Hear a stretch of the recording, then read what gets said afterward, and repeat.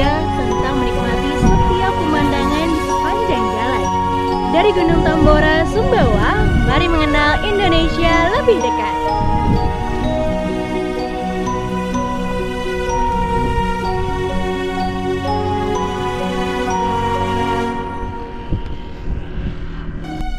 Perjalanan kami mulai dari Pulau Bungin menuju Geopark Tambora, melewati Jalan Trans Sumbawa yang menawarkan pemandangan tak biasa. Sepanjang perjalanan, kami disuguhi panorama laut, perbukitan, savana, hingga hamparan perkebunan yang silih berganti. Setelah bermalam di Manggelewa, keesokan harinya kami melanjutkan perjalanan menuju Gunung Tambora, melewati desa Soro, perkebunan bawang, serta kawanan ternak yang bebas berkeliaran di sepanjang jalan. Setibanya di kawasan Geopark Tambora, tak sengaja kami berjumpa dengan orang Bali. Berbincang ringan sejenak, lalu membuka bekal makanan dan menikmatinya dengan latar megahnya Gunung Tambora. Perjalanan ini mengajarkan kami bahwa setiap tempat bukan hanya menyimpan keindahan alam, tetapi juga cerita dan kehidupan manusia di dalamnya. Tambora bukan sekedar gunung.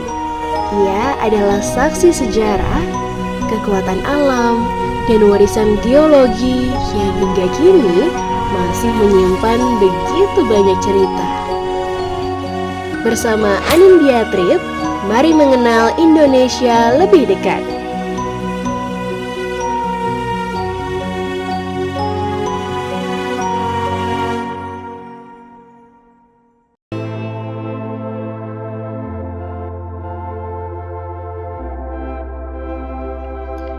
Setelah menikmati makan siang di Lesehan Apung, kami menyempatkan diri untuk berfoto sejenak.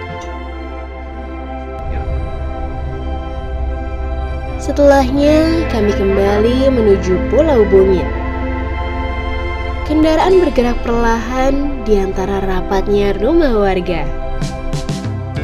Kami memang meninggalkan Pulau Bungin, namun berbagai macam keunikan yang ditemukan di sini akan selalu tersimpan di dalam hati dan pikiran kami. Selanjutnya, kami menuju Manggelewa, sebuah kecamatan di Kabupaten Dompu, Nusa Tenggara Barat. Kami berencana bermalam di Kecamatan Manggelewa. Keesokan harinya, kami akan melanjutkan perjalanan menuju Taman Nasional Gunung Tambora. Kendaraan melaju mulus meninggalkan Kabupaten Sumbawa Barat. Ayahku memacu kendaraan dengan kecepatan sedang walau jalanan cukup sepi. Tujuannya agar kami bisa menikmati keindahan pemandangan dan suasana Pulau Sumbawa di sepanjang perjalanan. Sesekali kami berpapasan dengan kendaraan-kendaraan yang melintas, termasuk juga truk-truk logistik yang mengangkut hasil bumi Pulau Sumbawa. Di kilometer-kilometer awal, jalan masih mengikuti garis pantai, sehingga di beberapa titik, laut biru tampak di sisi jalan. Setelah menempuh jarak sekitar 75 km dengan waktu tempuh sekitar 1,5 jam, akhirnya kami tiba di Sumbawa Besar. Sumbawa Besar merupakan ibu kota dari Kabupaten Sumbawa.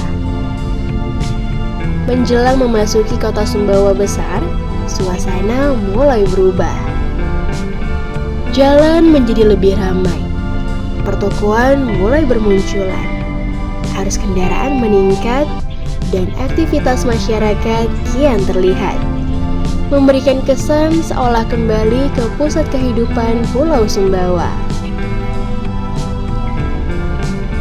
Dari kota Sumbawa Besar, kami butuh waktu sekitar 2 hingga 2,5 jam lagi untuk sampai di Kecamatan Manggelewa. Rute ini menawarkan suasana yang berbeda dibandingkan perjalanan dari Pototano ke Sumbawa Besar. Perlahan namun pasti, kami melewati kawasan perkotaan dengan deretan pertokoan, perkantoran, dan permukiman warga. Tidak lama kemudian, suasana berubah menjadi pedesaan yang tenang.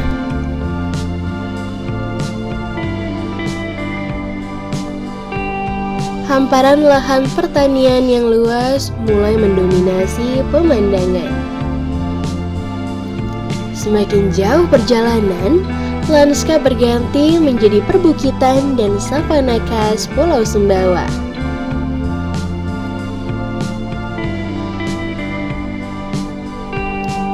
Terlihat barisan bukit dengan warna keemasan yang eksotis. Pada saat musim hujan, bukit-bukit tampak hijau membentang. Di beberapa titik, kami menjumpai hewan ternak warga yang menyeberang jalan. Ini menjadi salah satu pemandangan unik melintas di Jalan Trans Sumbawa. Kontur jalan sangat bervariasi. Tikungan-tikungan landai, tanjakan, dan turunan ringan yang mengikuti bentuk perbukitan.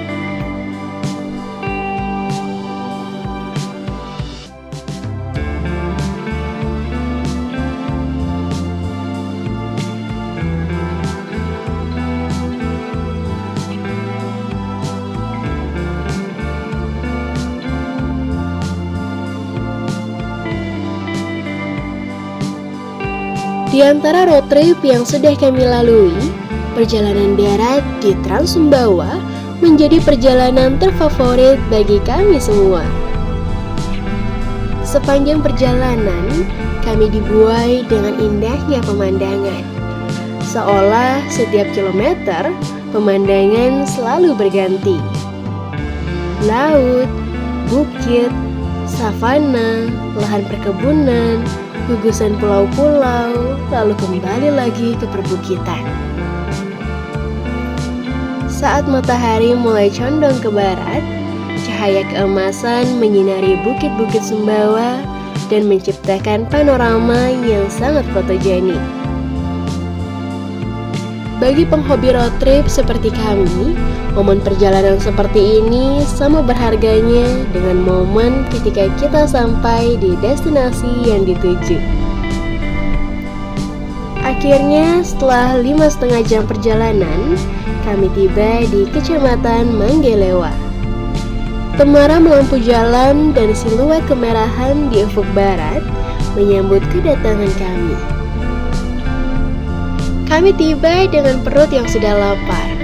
Langsung saja kami rehat sejenak untuk makan malam di salah satu rumah makan.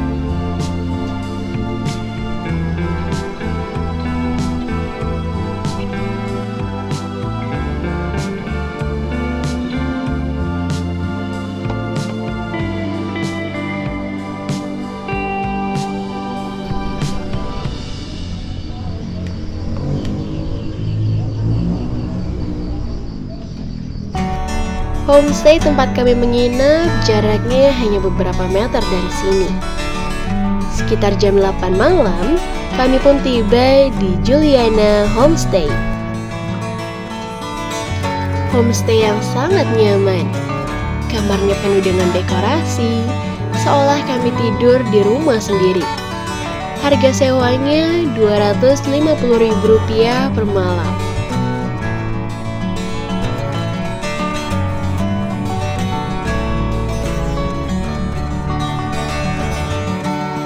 Pagi menyambut. Suasana burung di sekitar homestay membangunkan kami.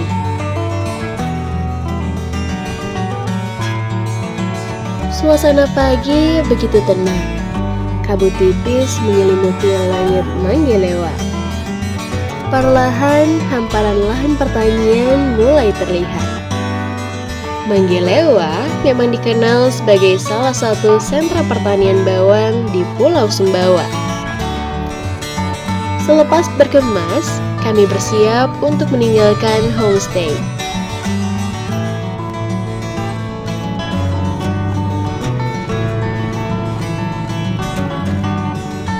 Kendaraan bergerak perlahan meninggalkan homestay. Destinasi yang akan kami tuju adalah kawasan nasional Gunung Tambora. Dari tempat kami menginap membutuhkan waktu sekitar 1 jam perjalanan. Masing-masing dari kami menikmati perjalanan. Melihat suasana pagi di Manggelewa dengan berbagai aktivitas warga.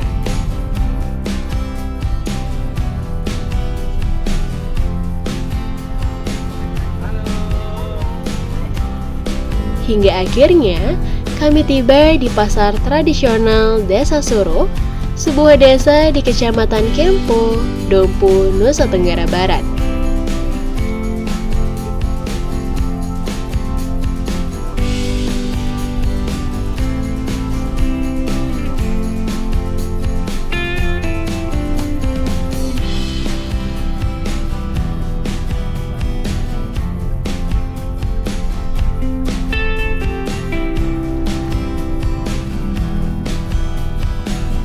Di sini kami membeli sarapan dan beberapa jajanan tradisional. Mana maunya? Katolu. Iya. Apa bahannya Ibu? Ada terigu, gula, santan. Ya, Berapa ini? 2. katolu ya. Perjalanan dari Desa Soro, Kecamatan Kempo, menuju Taman Nasional Gunung Tambora menghadirkan pengalaman baru. Jalanan yang relatif lenggang membuat perjalanan terasa tenang, seolah memberi ruang untuk benar-benar menikmati alam di sepanjang rute. Di sisi perjalanan, hamparan bukit-bukit hijau berpadu indah dengan birunya Laut Flores di kejauhan, menciptakan panorama yang silih berganti antara pegunungan dan pesisir. Semakin mendekati kawasan Tambora, hamparan perkebunan bawang mulai mendominasi. Petak-petak lahan yang tertata rapi dengan aktivitas para petani menciptakan nuansa pedesaan yang asri dan menenangkan. Kami bahkan dapat berhenti sejenak, berbincang ringan dengan petani bawang. Kalau sampai ngeflag dikomplain kita. Ya. Kalau nggak dijemur Kalau nggak kering itu ya. Iya. Oh, kalau nggak kering itu ya. harus kering dia. Itu ada kambing-kambing itu liar itu apa ada yang punya? Ada yang punya. Setelahnya, kami kembali melanjutkan perjalanan. Sesekali, kawanan ternak warga tampak bebas berkeliaran, bahkan melintasi jalan. Ini menjadi pemandangan yang sudah akrab bagi masyarakat setempat, sekaligus mengingatkan pengendara untuk tetap waspada. Kendaraan terus melaju. Setelah melewati turunan dengan tikungan-tikungan tajam, kini jalanan cenderung lebih landai. Beberapa kali kami melihat penjor terpasang di depan rumah-rumah warga. Pertanda mereka adalah umat Hindu yang baru saja merayakan Hari Raya Galungan. Di satu titik kami kembali berhenti saat melihat gerombolan kerbau yang sedang berendam di rawa-rawa. Sekedar informasi bagi teman-teman yang belum tahu, Pulau Sumbawa dikenal sebagai salah satu sentra peternakan terbesar di Indonesia. Jenis ternak yang paling banyak dibudidayakan meliputi kerbau Sumbawa, sapi Bali, dan kuda liar Sumbawa.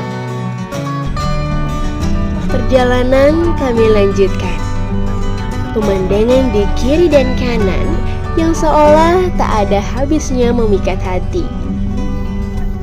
Laju kendaraan kembali melambat. Ternyata di hadapan kami ada segerombol kuda liar yang sedang menyeberang jalan.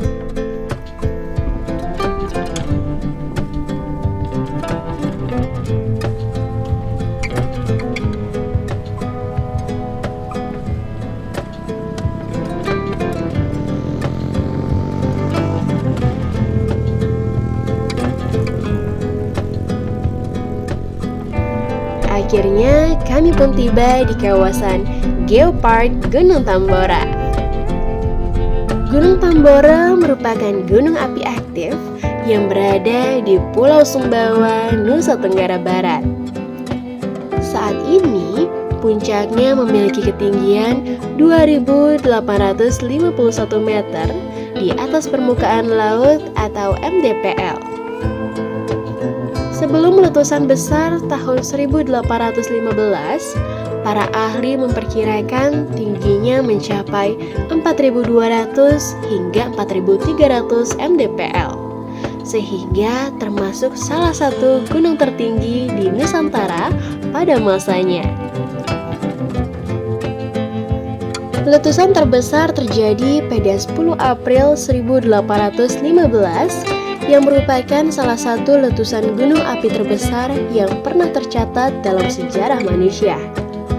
Letusan ini menewaskan puluhan ribu orang secara langsung maupun akibat kelaparan dan penyakit setelah bencana.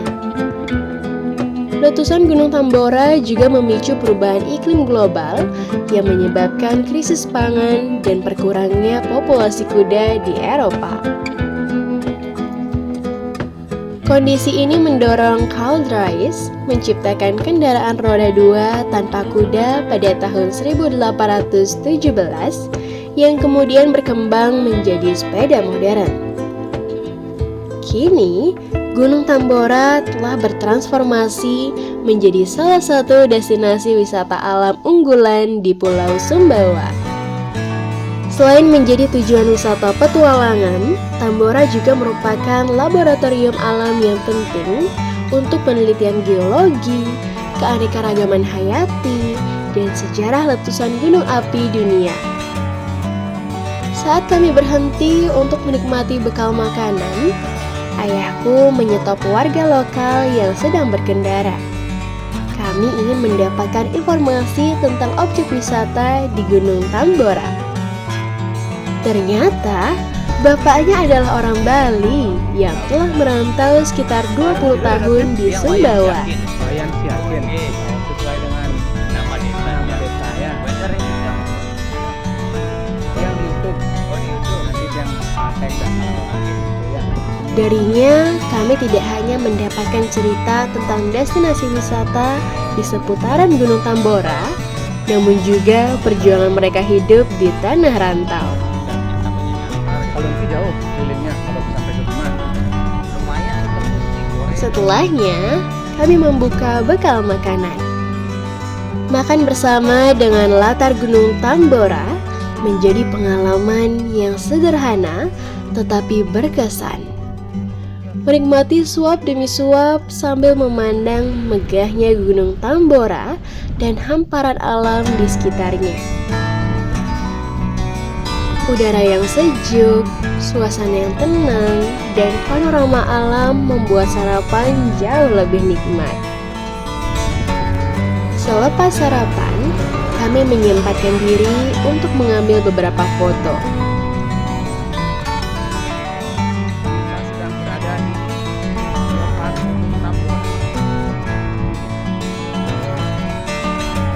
Kelak, foto-foto ini akan menjadi saksi bahwa kami pernah berkunjung ke Geopark Tambora. Tambora bukan sekedar gunung. Di sini kita bisa melihat bagaimana sebuah letusan dahsyat membentuk alam, mempengaruhi kehidupan manusia, dan meninggalkan warisan geologi yang luar biasa hingga hari ini.